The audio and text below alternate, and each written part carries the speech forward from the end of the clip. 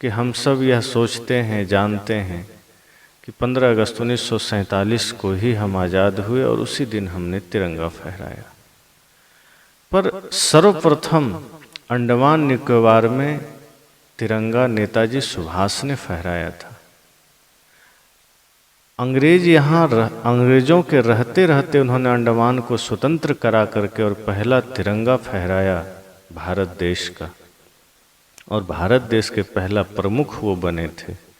पर दुर्भाग्य इस देश का कि इसी क्रम में जब वो और ज़्यादा मजबूत होने के लिए, संपूर्ण भारतवर्ष को आज़ाद करने के लिए अपने अभियान में लगे थे, तभी पता चला उनका विमान क्रैश हो गया और उनकी मृत्यु रहस्य बनकर रह गई। आज तक किसी ने स्पष्ट नहीं किया कि विमान दुर्घटना में उनकी मृत्यु हुई या नहीं हुई, क्योंकि बहुत दिनों बाद तक भी उनकी मृत्यु रहस्य थी और आज भी रहस्य है।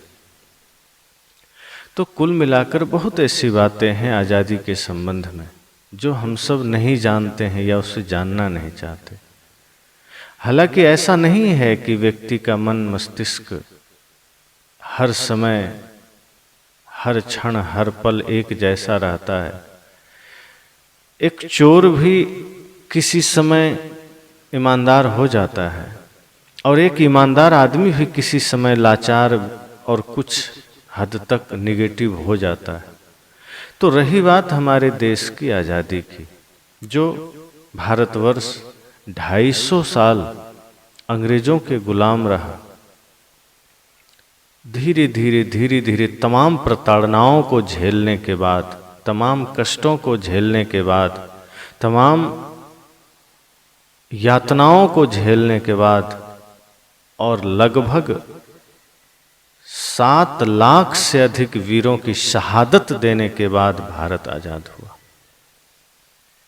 ये कोई एक दो की बात नहीं है कि एक दो की मेहनत से आजादी मिल गई। बहुत लंबा समय भारत ने गुलामी झेली है और 250 साल तो अंग्रेज गुलाम रखे, उससे पहले लगभग 800 साल मुगलों ने गुलाम बनाकर रखा। जो आज भारत की स्थिति है भौगोलिक, वो मुगलों के आने से पहले या अंग्रेजों के आने से पहले ऐसा नहीं था। भारत अखंड था। अखंड भारत की स्थिति ये थी कि लगभग ईरान से बर्मा तक भारत एक था। अखंड भारत, दूसरा कुछ भी नहीं। धीरे धीरे कुछ ऐसी समस्याएं आई जिस पर हम सबको आज भी सोचना चाहिए कि वो कौन सी समस्या थी जिससे भारत अखंड से खंड खंड होता चला गया। ईरान अलग हुआ, अफगानिस्तान अलग हो गया, बर्मा अलग हो गया, नेपाल अलग हो गया, श्रीलंका अलग हो गया और फिर अंग्रेजों के जाने के साथ साथ पाकिस्तान अलग हो गया। हमें जब तक इन कारणों का पता नहीं चलेगा, जब तक हम इन कारणों पर विचार नहीं कर लेते, ये गुलामी फिर कभी आ सकती। हम आज हैं, हम नहीं रहेंगे, पर इतिहास तो रहेगा, हमारी पीढ़ियां तो रहेगी। जो भूले या जो अच्छे कार्य हमारे महापुरुषों ने किया या जो पीछे की पीढ़ियों ने किया, आज हम उनको जानते हैं, उनके बारे में चर्चा करते हैं। जिनसे भूल हुई आज भी हम उन्हें कोसते हैं, जिन्होंने अच्छा किया हम उन्हें धन्यवाद देते हैं, शुभकामना देते हैं, हम उनको नमन करते हैं। यही आगे होने वाला है। अगर आज हम नहीं जागे और निजी स्वार्थों में ही अपना संसार हमने बसा कर और उसमें ही खोकर चले गए, तो आने वाली पीढ़ियां हमें भी कोसेगी कि हम इस देश के लिए, हम इस मानवता के लिए क्या किए। कुछ नहीं किए। यूं तो हम आजाद हो गए 15 अगस्त 1947 को, पर क्या मानसिक रूप से हम आजाद हो पाए? शरीर किसी और के अधीन था, वो अधीनता खत्म हो गई, लेकिन मन आज भी हमारा अधीन है। आज भी हम मानसिक रूप से भयंकर गुलाम हैं। मन की गुलामी सबसे खतरनाक गुलामी होती है। अंग्रेज चले गए, मुगल गए, अंग्रेज आए, अंग्रेज चले गए, हम आजाद हुए। लेकिन वो आजादी क्या है? इतना ही कि हम स्वतंत्र अपना देश में कानून बना लिए, अपने हिसाब से देश चलाने लगे। लेकिन आज एक भी आदमी, एक भी इंसान मानसिक रूप से स्वतंत्र नहीं है। कोई भाषा का गुलाम है, कोई कपड़े का गुलाम है, कोई संस्कृति का गुलाम है। हमने अपनी सभ्यता, अपनी संस्कृति, अपनी मर्यादा ही खो दी। न हमारे पास अपनी भाषा बची है, न हमारे पास अपने भोजन है, न हमारे पास अपना वस्त्र है, न हमारे पास हमारी संस्कृति है, मर्यादा है। ये ऐसी गुलामी है जो कभी भी पुनः शरीर गुलाम हो सकता है। इसलिए एक गुलामी से मुक्ति के बाद हम और भयंकर गुलाम होते गए। हमारा मन गुलाम हो गया, हम गुलाम हो गए। और ये गुलामी जब तक हम समझेंगे नहीं, इससे हम मुक्त नहीं होंगे। आज के दिन उत्सव की तरह पूरा भारत आनंदित है, उत्सव मना रहा है, सभी लोग प्रसन्नचित्त हैं, देशभक्ति गीत बजते हैं। लेकिन आज के पहले और आज के बाद होता क्या है? आदमी पुनः वही रोजमर्रा में घुल मिल जाता है, उन्हीं जिंदगियों में लौट आता है। वही फिल्मी गीत, वही आडंबर, वही झूठ, वही छल, वही कपट। और बाद में पुनः उन्हीं समस्याओं में आदमी दौड़ने लगता है। एक दिन के लिए हम देशभक्त होते हैं, एक दिन के लिए हम आजादी के रंगों में रंगते हैं, लेकिन पुनः हम पर वही क्रूरता के रंग सवार हो गए। 15 अगस्त ठीक से बीत नहीं पाता है, आजादी का रंग उतर जाता है। हम पर पुनः वही हिंसा के रंग, हम पर पुनः वही छल कपट के रंग चढ़ जाता है। और ये इसलिए होता है क्योंकि हम मानसिक गुलामी में हैं, हमारा मन गुलाम है। बाहरी गुलामी से मुक्ति ठीक है, जरूरी है और बहुत जरूरी है। कोई आदमी किसी के गुलाम हो तो बहुत खतरनाक बात है। कोई किसी को नौकर बना के रखे, बड़ी मुश्किल बात है।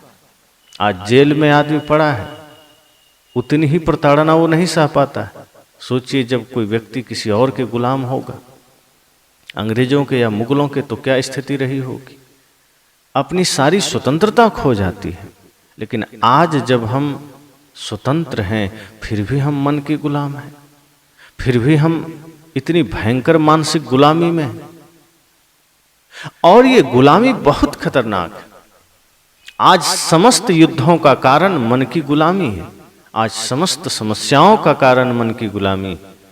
आज भाई भाई के बीच जो लड़ाइयां हैं वो मन की गुलामी के कारण है। आज माता पिता को जो घर से निर्वासित हम कर दे रहे हैं वो मन की गुलामी के कारण है। आज हाय हत्या लूट मार हिंसा का सारा कारण मन की गुलामी है। मन के हम गुलाम हो गए और मन में वही हिंसा है, क्रूरता है, छल है, कपट है, लोभ है, ईर्ष्या है, द्वेष। हिंसा के गुलाम, क्रोध के गुलाम, और इन सब का मालिक मन बन बैठा।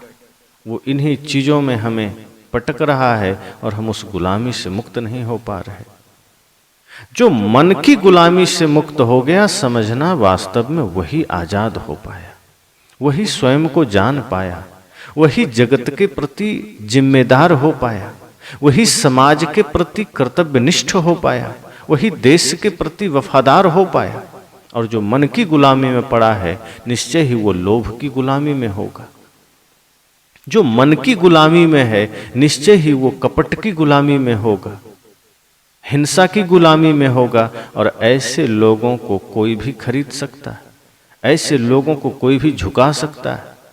कोई भी व्यक्ति ऐसे व्यक्ति को देश के उल्टा खड़ा कर सकता है, और यही होता है। आज देश को बाहर के दुश्मनों से कम भीतर के गद्दारों से ज्यादा खतरा होता है। देश के भीतर इतने गद्दार भरे पड़े हैं कि उनके वजह से देश की अधिकांश समस्याएं खड़ी होती।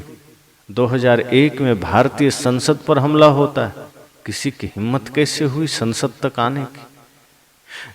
बॉर्डर क्रॉस करके कोई आतंकवादी संसद भवन पहुंच गया, इस कोई साधारण बात नहीं। अपना ही कोई खड़ा हुआ होगा, देशवासी ही सपोर्ट किया होगा, कोई व्यक्ति उसके साथ सारी व्यवस्थाएं किया होगा, तभी वो संसद भवन तक पहुंचा। देश का ही कोई गद्दार खड़ा होता है तो आतंकवादी गया पहुंच गया, पटना पहुंच गया, जयपुर पहुंच गया, अहमदाबाद पहुंच गया। ये गुलामी बड़ी गहरी है और ये मन की गुलामी है। जब तक मन की गुलामी रहेगी ये देश, ये संस्कृति खोता चला जाएगा, ये विध्वंस के कगार पर चलता चला जाएगा। और हमारी समस्या ये है कि हम स्वतंत्र नहीं हो पाते। बाहरी स्वतंत्रता तो हमें पसंद है, लेकिन मन की गुलामी से हम मुक्त नहीं हो पाते।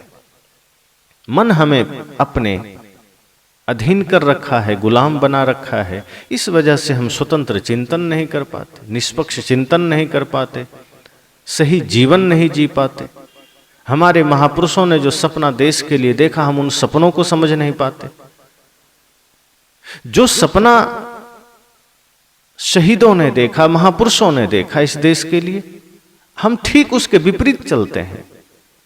जहां उन्होंने देखा कि पूरा भारत सशक्त हो, समृद्ध हो, स्वस्थ हो, जाति जाति में बटा हुआ भारत, खंड खंड में बटा हुआ भारत, संप्रदायों में बटा हुआ भारत इन सारे विष से, जहर से मुक्त हो सके, जातिवाद का जहर खत्म हो सके, संप्रदायवाद का जहर खत्म हो सके, ये सपना हमारे महापुरुषों का रहा, हमारे शहीदों का रहा। लेकिन आज हम उन्हीं जातिवाद के जहर में हैं, क्योंकि हम मन के गुलाम हैं। ये मन की गुलामी बड़ी खतरनाक है। इसके वजह से जातिवाद, छुआछूत, छल कपट, संप्रदायवाद है। और इस वजह से हमने एक नया नया संप्रदाय खड़ा किया, नए नए घेरे बना लिए। महात्मा गांधी का ये सपना थोड़े था कि देश इस तरह से अराजकताओं से घिरा हो। यद्यपि कुछ लोग उन्हें भी गलत मानते हैं, पर मेरा मानना है कि कोई भी महापुरुष हो, कोई भी राजनीतिक पुरुष हो, सर्वथा कोई गलत नहीं होता। हो सकता है गांधी जी के कुछ विचार देश हित में नहीं हुए, और ये बात उचित है। महात्मा गांधी के कुछ निर्णय देश के खिलाफ चला गया, इसका मतलब हम उन्हें पूरा ही गलत मान लें, ये गलत बात है। मैं तो यहां तक कहता हूं कि पंडित जवाहरलाल नेहरू के बहुत सारे निर्णय देश के खिलाफ गए, इसका मतलब हम उन्हें भी 100% गलत मान लें, ये भी गलत बात है। कुछ निर्णय गलत हुए, मनसा क्या रही होगी, ध्येय क्या रहा होगा, ये तो वही जाने, लेकिन उन्होंने कुछ अच्छे कार्य भी किए, देश हित के कार्य भी किए। यद्यपि जो गलतियां उनसे हुई वो आज भी देश के लिए जख्म के समान है। कुछ ऐसी गलतियां जो उस समय उनके द्वारा की गई, और ये भी सत्य है कि इसके लिए वो सोचे नहीं होंगे कि हाँ मैं ये करूंगा तो इसका ये परिणाम आएगा। कोई सोच कर कभी नहीं करता, जीवन कैसा भी रहा हो। पर जब कोई व्यक्ति देश की कुर्सी पर बैठता है तो ये तो नहीं सोचा होगा उन्होंने कि हमें देश को बिल्कुल बर्बाद ही कर देना है। अपने हिसाब से कुछ बनाने की ही चेष्टा किया होगा उन्होंने। लेकिन कुछ ऐसे निर्णय, जैसे ऑक्साई चीन जो भारत का हिस्सा और वो चीन को चला गया, बहुत सारे भारत की भूमि चीन के कब्जे में चला गया, संयुक्त राष्ट्र सुरक्षा परिषद में भारत का प्रतिनिधित्व चला गया,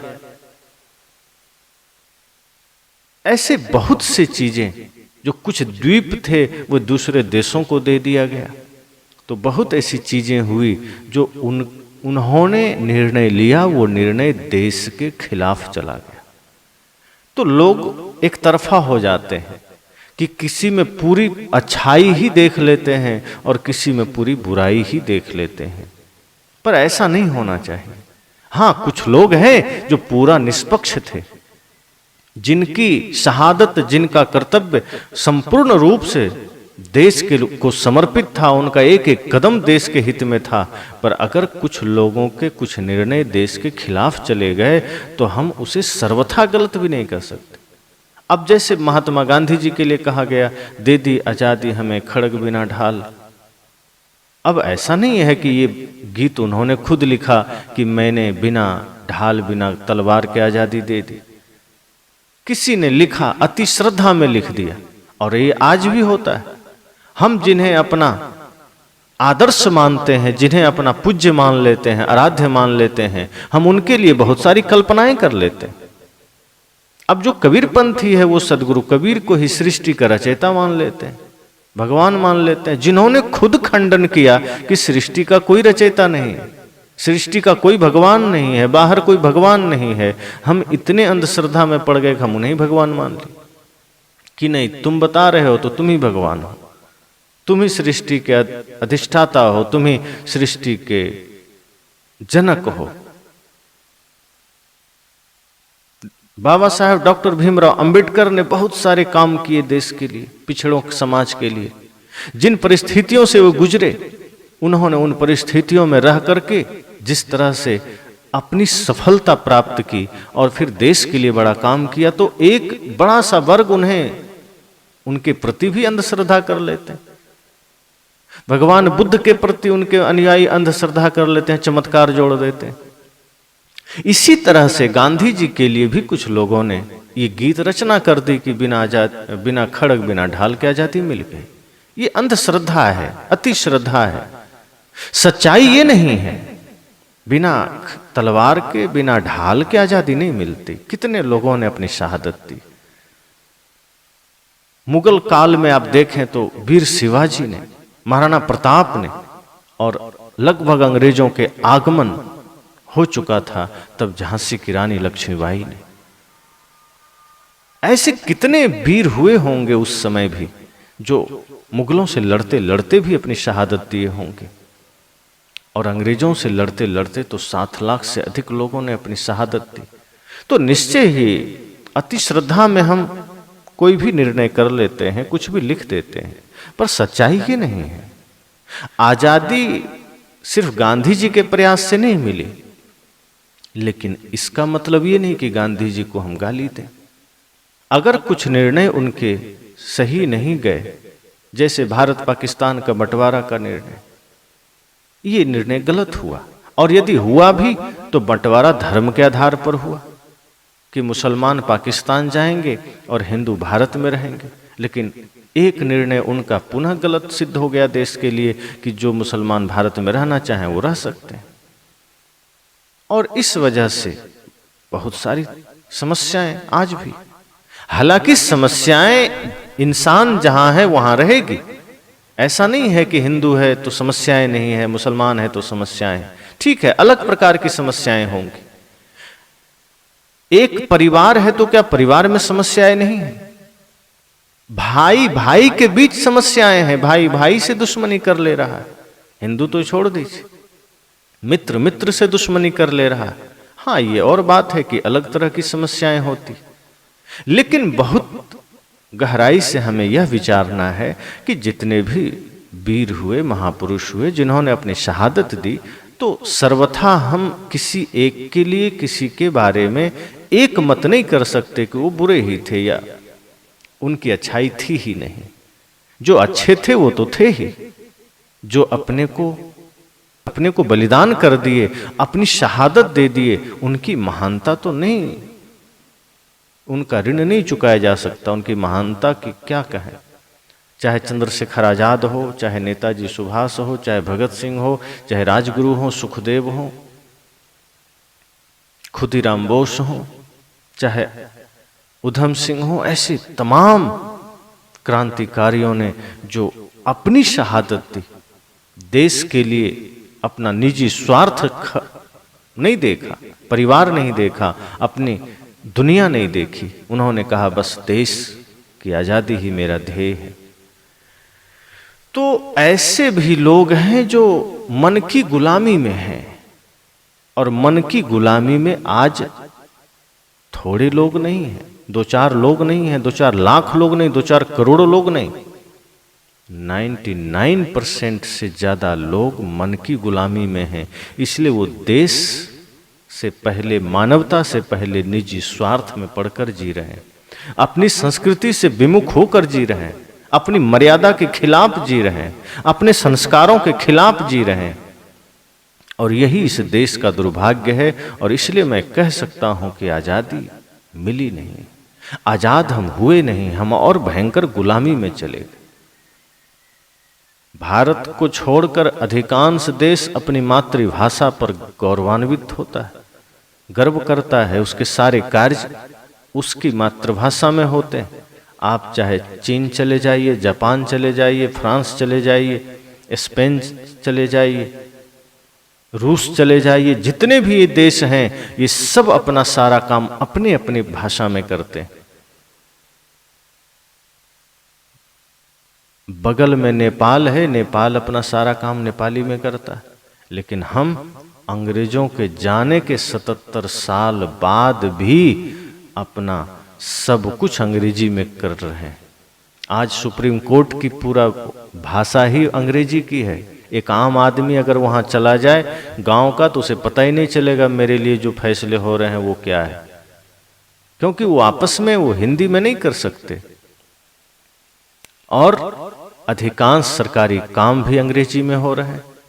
तो हम भाषा के गुलाम हुए, और आज आदमी भाषा के नाम पर अंग्रेजी को इतना महत्व दे दिया है कि सुबह उठ करके जो गुड मॉर्निंग से शुरू होता है वो रात गुड नाइट से ही खत्म होता है। और इस बीच में सारे रिश्ते नातों को हमने अंग्रेजी में कर दिया। माँ को अब माँ हम कहाँ कहते हैं, पिता को अब पिता नहीं कहते हैं। अब हमने सीख लिया है, अंग्रेज चले गए, उसकी भाषा हमने हृदय में धारण कर लिया है। माँ को हम मम्मी मम्मी कहते हैं, मोम कहते हैं, पिता को डैड कहते हैं, चाचा को अंकल कहते हैं, चाची को आंटी कहते हैं। इस तरह से हम भाषा की गुलामी में हैं। जहां सुबह हम नमस्ते नमस्कार साहेब बंदगी राम राम करते थे, आज कोई मिलता है हम गुड मॉर्निंग करते हैं। कोई मतलब इसका समझ में नहीं आता। गुड मतलब अच्छा, मॉर्निंग मतलब सुबह। अब अच्छी सुबह बोलना कोई अभिवादन थोड़े है। अब जहां अंग्रेज लोग रहते हैं वहां कभी कभी सूर्योदय होता है, कभी कभी उनके लिए मॉर्निंग गुड हो जाती है तो गुड मॉर्निंग करते हैं। हमारे लिए तो हर घड़ी शुभ है। हमें तो अपना अभिवादन करना चाहिए। हम अपना अभिवादन भी अपनी भाषा में नहीं करते, अपने रिश्तों का नाम भी अपनी भाषा में नहीं लेते। भोजन, पहले लोग दूध दही घी मक्खन मलाई खाते पीते थे, और स्वाभाविक है जिस देश में दूध की नदियां बहे, जहां घी पर्याप्त मात्रा में हो, वहां के लोग क्या कर रहे हैं? कहते हैं ना, हम उस देश की वासी हैं जिस देश में गंगा बहती। अब गंगा जैसी नदियां बहे, घर घर दूध पैदा हो, वहां के लोग अब शराब में डुबकी लगा रहे हैं, Coca Cola Thums Up Pepsi में डुबकी लगा रहे हैं। इस तरह से हम भोजन में भी गुलामी में ही हैं। हम बाहरी गुलामी से मुक्त हो गए, लेकिन हमारा खाना पीना भोजन रहन सोचना सब गुलामी में। सुबह से उठे चाय के साथ हमारी शुरुआत हुई। अंग्रेज चाय लेकर आए, हम चाय के गुलाम हो गए। अधिकांश बीमारी का कारण ये चाय है, लेकिन आज चाय कौन ऐसा घर है जहां चाय नहीं बनती होगी? हर कोई चाय के गुलाम। हमारा देश वह देश है जहां काढ़ा शरबत जूस पिया जाता था, और आज इस देश में दूध काढ़ा शरबत जूस के जगह में चाय कॉफी आदि और कोल्ड ड्रिंक्स पिए जाते हैं। बीमारी क्यों नहीं होगी? जहां पहले बढ़िया गेहूं आटे की रोटियां खाई जाती थी, चावल आटे की रोटियां ताजा बनाकर, आज वहां हमारे देश में लोग डबल रोटी खाते हैं, पाव रोटी खाते हैं। 10-15 दिन का सड़ा हुआ अनाज से तैयार पाव रोटी आज कौन ऐसा देश, कौन ऐसा घर है जो नहीं खा रहा? बाहर रेस्टोरेंट में आदमी जाता है, पाव रोटी खोजता है। बाहर कहीं गया बाजार टहलने तो गन्ने का जूस मुश्किल से ही हम पीते हैं। आदमी पहुंच जाता है कि एक पेप्सी दे दो, कोका कोला दे दो। तो हम खाने पीने में भी गुलाम हो गए। कपड़ों की बात करें तो कपड़े पहने ही जाते हैं शरीर को ढकने के लिए, कपड़े पहने जाते हैं शरीर को कवर करने के लिए। आज कपड़े पहने जाते हैं शरीर को दिखाने के लिए। आज चाहे लड़के हो चाहे लड़कियां हो, कपड़े ऐसे हो गए। लड़कों का तो फिर भी बात समझ में आता है ठीक ठाक, पर लड़कियों के कपड़े ऐसे हो गए जैसे मच्छरदानी और छोटे छोटे कपड़े। और इसको स्वतंत्रता का नाम देकर हम भयंकर मानसिक गुलामी में पड़ गए। ये शरीर दिखाने के लिए नहीं है, शरीर से अच्छे कर्म करो ये दिखाने के लिए है। शरीर प्रकृति ने दिया है, मनुष्य शरीर दिया है, जानवर का थोड़े दिया है। जानवर का दिया होता नंगा घूमो कोई बात नहीं, पर प्रकृति ने जो मनुष्य शरीर दिया है, इसकी सुरक्षा, इसका संरक्षण, इसकी मर्यादा हमारी जिम्मेदारी। पहले हमारे सती साध्वी वीर वीरांगना देश के ऐसे थे जो अपने कर्म से अपना नाम कमाते थे। बढ़िया कर्म करके, ध्यान करके, साधना करके, वीरता प्राप्त करके, देश के लिए कुछ करके, विद्वान बन के, विदुषी बन के। पर आज हमारे देश में अधिकांश लोगों के मन में यह भाव है कि हम मिस इंडिया बन जाएं, मिस वर्ल्ड बन जाएं, बढ़िया नृत्यांगना बन जाए, फैशन डिजाइनर बन जाए। ये ख्याल हमारे मन में आ गया तो हम मानसिक गुलामी में इतना खतरनाक तरीके से पड़ गए कि हम अपनी भाषा छोड़ दी, अपनी संस्कृति, अपना वेश हमने छोड़ दिया, अपना रहन सहन छोड़ दिया, देश के प्रति जिम्मेदारी छोड़ दी, मानवता के प्रति अपना कर्तव्य छोड़ दिया, माता पिता के प्रति जो श्रद्धा भक्ति होनी चाहिए वो हमने छोड़ दिया। तो इस आज़ादी के इस महोत्सव में हम सबको यह सोचना है कि कैसे हम गुलाम हुए। आज़ादी तो मिल गई, लाखों लोगों के प्रयास से स्वतंत्रता तो मिल गई, पर हम गुलाम हुए ही क्यों थे? हालांकि जब गहराई में जाते हैं तो आज लोगों को थोड़ा दुख होगा, लेकिन ये कहना जरूरी है कि भारत की गुलामी में एक जो सबसे बड़ा कारण आता है वो ब्राह्मणवाद का आता है, और दूसरा जो सबसे बड़ा कारण आता है वो इसका है कि भारत में वीरता की कोई कमी नहीं, भारत में त्याग का कोई कमी नहीं। लेकिन सोचिए, अखंड भारत जब चंद्रगुप्त और चाणक्य के नेतृत्व में निर्मित हुआ, और वो पूरा अखंड भारत जिसकी राजधानी राजगृह थी, जो अभी राजगीर के नाम से जाना जाता है, वो मगध का वो क्षेत्र जब संपूर्ण भारतवर्ष का, अखंड भारतवर्ष का नेतृत्व करता था, उसके बाद धीरे धीरे ऐसे कौन सी समस्या आई कि देश इतना ज्यादा गर्त में चला गया। सम्राट अशोक तक माना जाता है भारत अखंड ही था। उसके बाद क्या हुआ? तो कहीं ना कहीं शरणागत की रक्षा और अति अहिंसावादी होना देश के लिए खतरनाक बन गया कि जो शरण में आ जाए उसका स्वागत करो, अतिथि देवो भव, अतिथि देवता है। एक तो यह भाव, और दूसरा अति अहिंसावादी होना कि किसी को मारना नहीं है, हिंसा नहीं करनी है। सम्राट अशोक ने बहुत हिंसाएं की, बहुत राज्य विस्तार किया, कलिंग युद्ध में उन्होंने बहुत सारे खून की नदियां बहा दी। लेकिन कहा जाता है जब उन्हें बुद्ध का ज्ञान मिला तो वो अहिंसावादी हो गए, तलवारें छोड़ दी। देश के अनुशासन के लिए कभी तलवारें छोड़ी नहीं जाती, तलवारें छोड़ी जाती है व्यर्थ के हिंसा के लिए। अगर हम अपनों का खून बहा रहे हैं बिना कारण के, वहां हिंसा छोड़ दीजिए। लेकिन अगर अनुशासन का पालन करना और करवाना है, देश को सशक्त रखना है, वहां हथियार जरूरी है। क्योंकि कुछ ऐसे दुष्ट होते हैं जो प्रेम की भाषा नहीं समझते, वो हथियार की भाषा समझते हैं। आज बॉर्डर पर हमारे जवान अपना हथियार नीचे रख दें तो सारे आतंकवादी घुस आएंगे और देश 2 मिनट में गुलाम हो जाएगा। पर वहां सबसे बड़ा धर्म उनका वही है, वो हथियार लेकर खड़े हैं, क्योंकि आतताइयों का नाश तो हथियारों से ही होगा। कोई जरूरी थोड़े है कि सब प्रेम की भाषा समझ ले। समझदारी भी तो चाहिए। ठीक है, हमारे मन में क्रूरता नहीं है, हमारे मन में प्रेम है, हमारे मन में सत्य है, हमारे मन में करुणा है। अब चाहे जितनी भी करुणा हो, पर अगर विवेक नहीं है तो आदमी मारा जाएगा। अब जैसे हम कहें नहीं, हम तो बड़े करुणावान हैं, हम तो बड़े प्रेमी हैं, हम किसी का नुकसान नहीं कर सकते, और अगर विवेक नहीं है और नाग सांप के मुंह में उंगली डालने चले गए, हम तो बड़े करुणावान हैं, तो छोड़ेगा। आपकी करुणा को सांप नहीं समझ सकता है। हम बड़े दयालु हैं और हम बीच सड़क में खड़े हो जाएं, ट्रक आके कुचल जाए तो क्या होगा? अपनी नासमझी ही तो है। विवेक जरूरी है। इसलिए बॉर्डर पर जवानों का हथियार लेकर खड़ा रहना ही धर्म है, वही फर्ज है। सब कोई प्रेम की भाषा समझे जरूरी थोड़े। भगवान श्री कृष्ण ने उदाहरण दिया, एक हाथ में सुदर्शन चक्र, एक में बांसुरी है, मान लीजिए एक संकेत। सुदर्शन चक्र भी वो धारण कर रहे हैं, बांसुरी भी धारण कर रहे हैं, तो अधिकांश तो वो बांसुरी ही बजाते थे। अब बांसुरी की भाषा सबको समझ में आती थी क्या? जिसको नहीं आती थी बार बार समझाते थे प्रेम की भाषा, बांसुरी की भाषा, नहीं समझे तब सुदर्शन चक्र उठाते थे, छोड़ते नहीं थे। क्योंकि आतताइयों का, और खास करके जो देश का दुश्मन हो, मानवता का दुश्मन हो, उसे तो नष्ट करना पड़ेगा।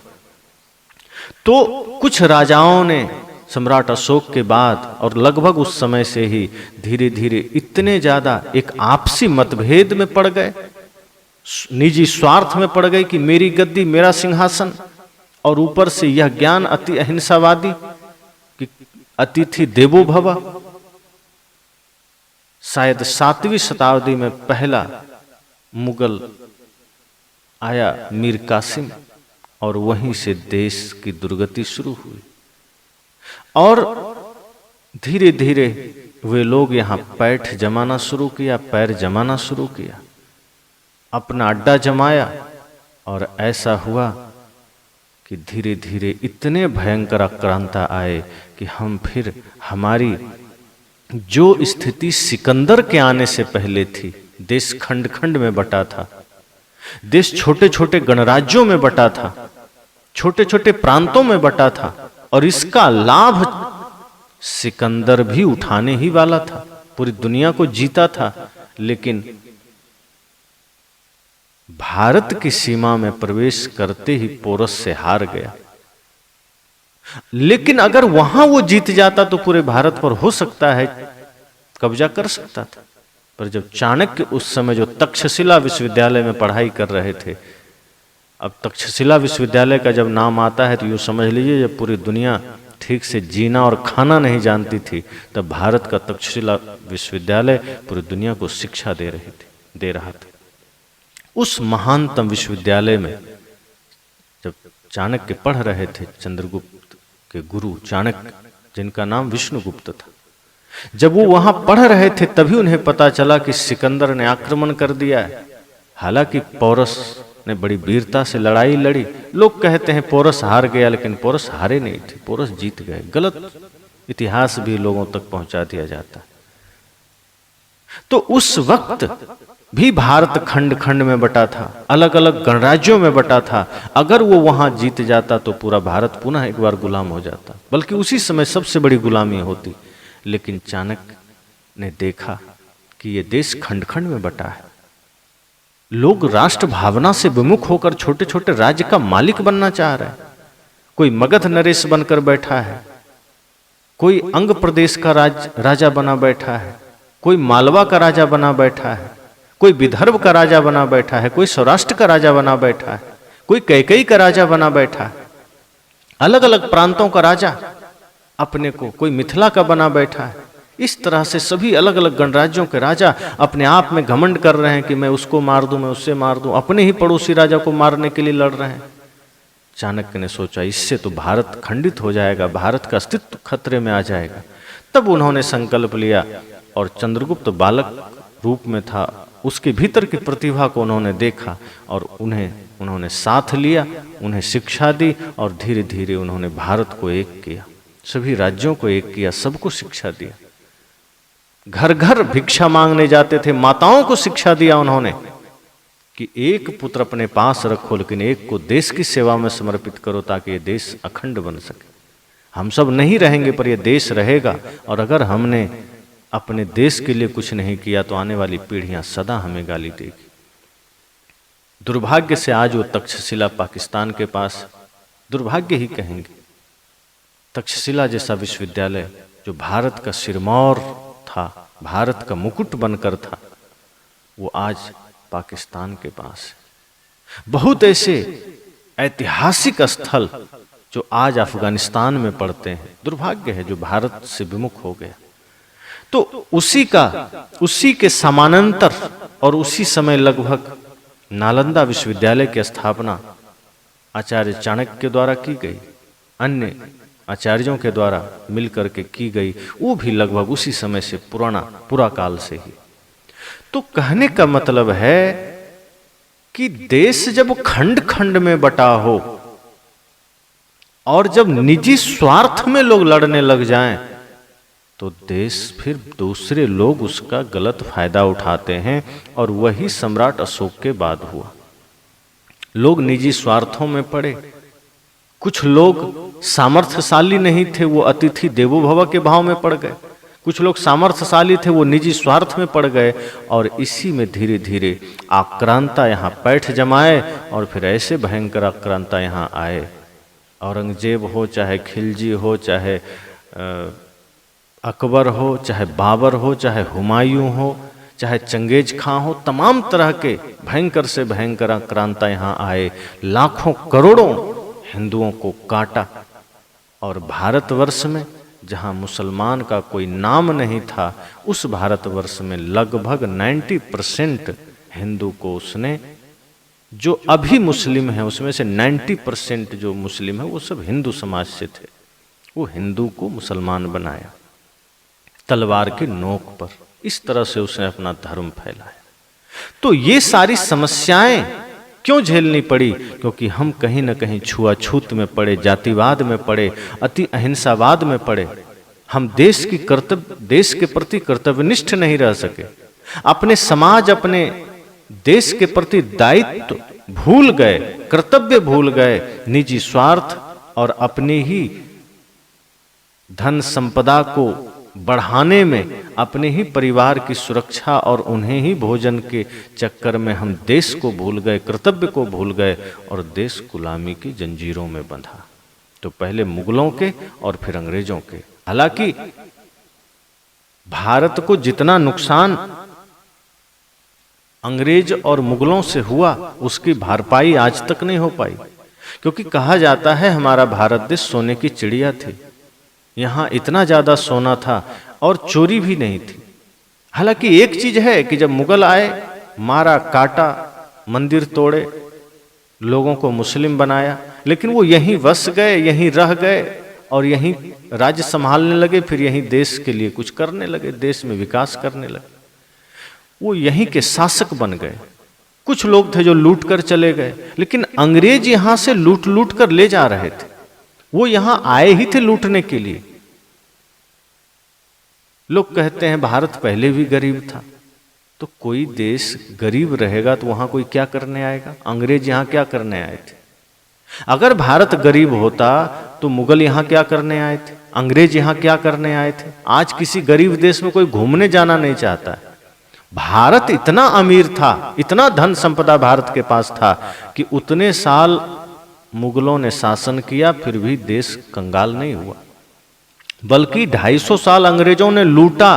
भारत के एक से एक चीजों को यहां से ले गया, सोना चांदी ले गया, हीरा ले गया, बल्कि जो कोहिनूर हीरा है, जो पूरे दुनिया का सबसे मेन प्रमुख माना जाता है, वो भी भारत से लूट करके वो ले गया, लंदन में अभी भी रखा है। बहुत सी चीजें देश का लूट करके ले गया। तो कई जहाज सोना ले गया, फिर भी देश आज इस स्थिति में है। तो समझिए कि हमें पुनः एक अवसर मिला है जागृत होने का।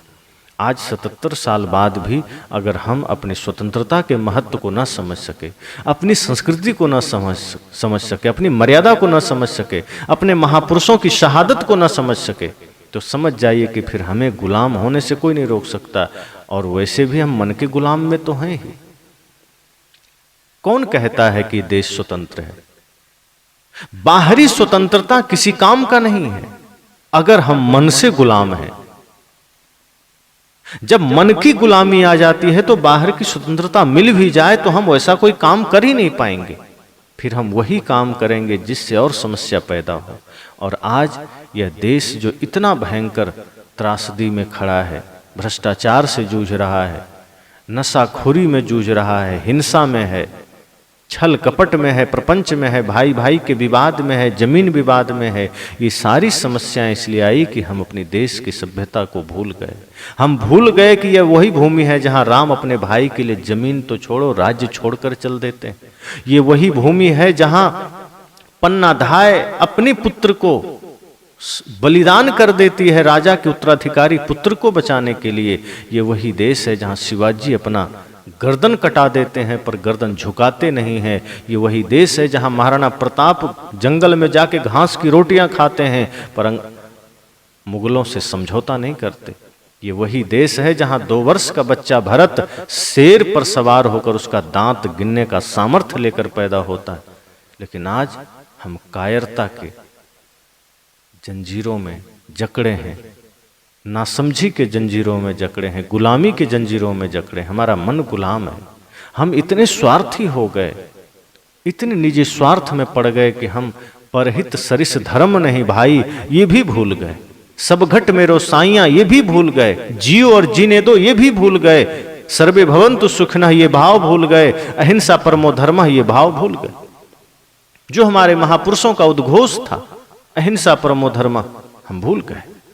हिंसा ही हमारा परम धर्म हो गया, जियो और जीने दो हम भूल गए। जैन धर्म का प्रमुख सूक्त है यह जियो और जीने दो, भगवान महावीर का। लेकिन आज मरो तो नहीं मारो, जियो और जीने दो में कितना बड़ा गहरा अर्थ छिपा है कि खुद जियो दूसरों को भी जीने दो। लेकिन आज है कि हम बस जिए दूसरे को मरने दो और मार दो।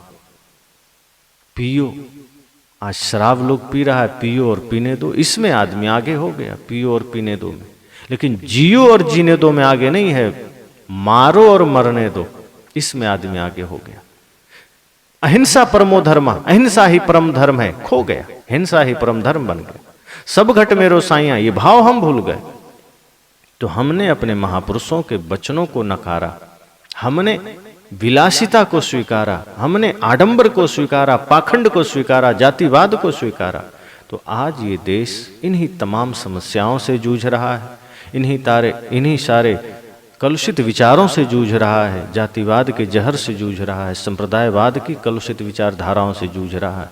इसलिए आज इंसानियत खंड खंड हो रही। ये आज़ादी किस काम की जब हमारा मन ही भयंकर गुलामी में पड़ा हो, जब हम भाषा, जब हम संस्कृति, जब हम वस्त्र के गुलाम पड़े हों, जब हम अपने ही भीतर काम क्रोध लोभ मोह के गुलाम पड़े हों। और ये गुलामी जो भीतर की गुलामी है ये जन्म जन्मांतर तक हमें भयंकर कष्ट देती है। बाहर की गुलामी तो कभी न कभी कोई योद्धा आता है लड़कर हमें आज़ाद करा देता है। बाहर की गुलामी से तो हमें भगत सिंह आकर बचा लिए, बाहर की गुलामी से तो महाराणा प्रताप बचा लिए, लक्ष्मीबाई ने बचा लिया, नेताजी सुभाष ने बचा लिया। लेकिन जो भीतर की गुलामी है कोई दूसरा नहीं बचा सकता। गुरु रास्ता बता सकते हैं, गुरु मार्ग दिखा सकते हैं, लेकिन अगर हम मन के गुलाम रहे, हम हिंसा हाय लूट मार के गुलाम रहे, हम क्रोध के गुलाम रहे तो दूसरा कोई नहीं बचा सकता। फिर हमारे लिए सब तरफ नर्क ही नर्क है। लोग पूछते हैं नर्क कहाँ है? संत कहते हैं जहां क्रोध है, जहां हिंसा है, जहां प्रपंच है वही नर्क है। जहां भी क्रोध का भाव है समझो नर्क वहीं खड़ा है, दूर कहीं नर्क नहीं। इसलिए इस आजादी के अवसर पर, आजादी के उत्सव को हमें इस तरह से मनाना है कि देश प्रथम, मानवता प्रथम। ये जीवन इसलिए मिला है कि हम भी देश के काम आ सकें और अपने मन को गुरु भक्ति में लगा सकें, राष्ट्र उत्थान में लगा सकें, मानवता की सेवा में लगा सकें।